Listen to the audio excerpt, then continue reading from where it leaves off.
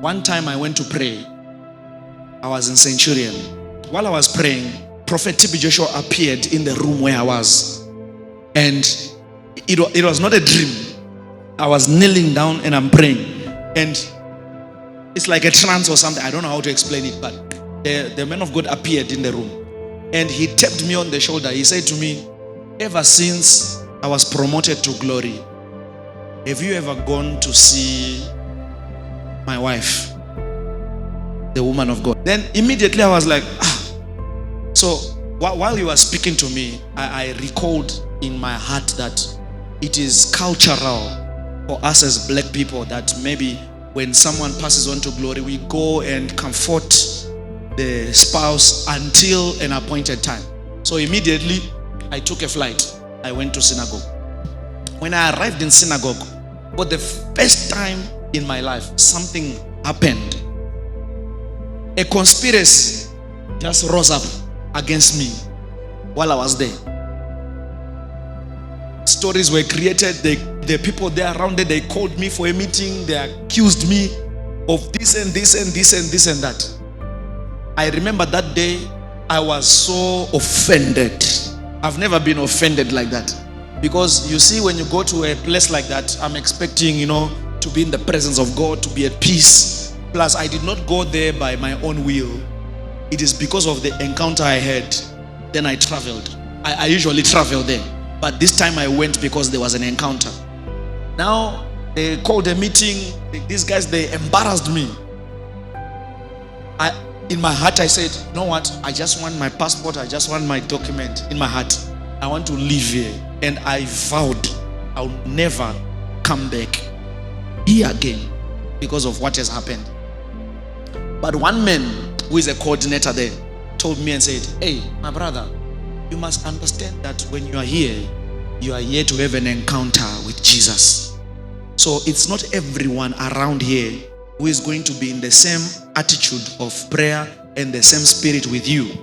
Some people are just here in the flesh. So anyone can be used by the enemy to discourage you from the assignment and the purpose of why you came here.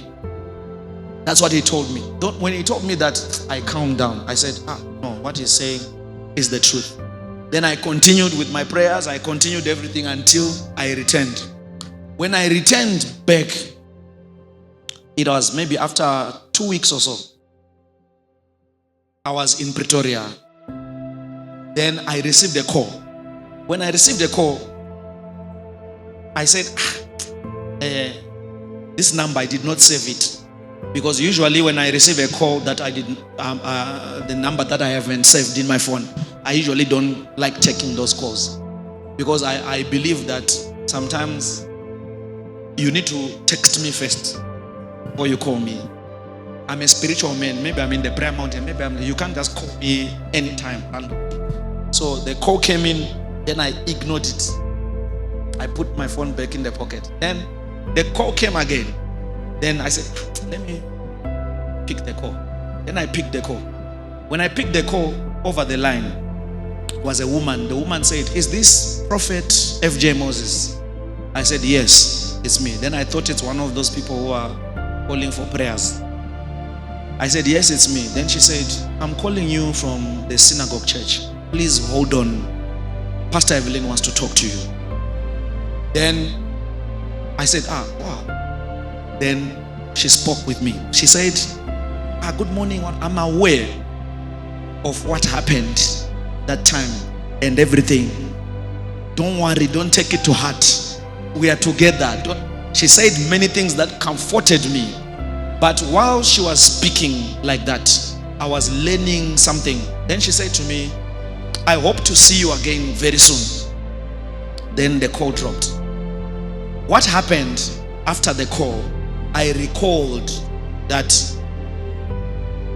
if there was no incident that happened that offended me, affected me, and attacked me, I could have not gotten to a point where I receive a call from her. So I'm just teaching that even Mary and Joseph, they could not get into Bethlehem Ephrata until there was something that will shake them from their comfort zone. So attacks, challenges, setbacks, all these things, they usher us sometimes into the will of God.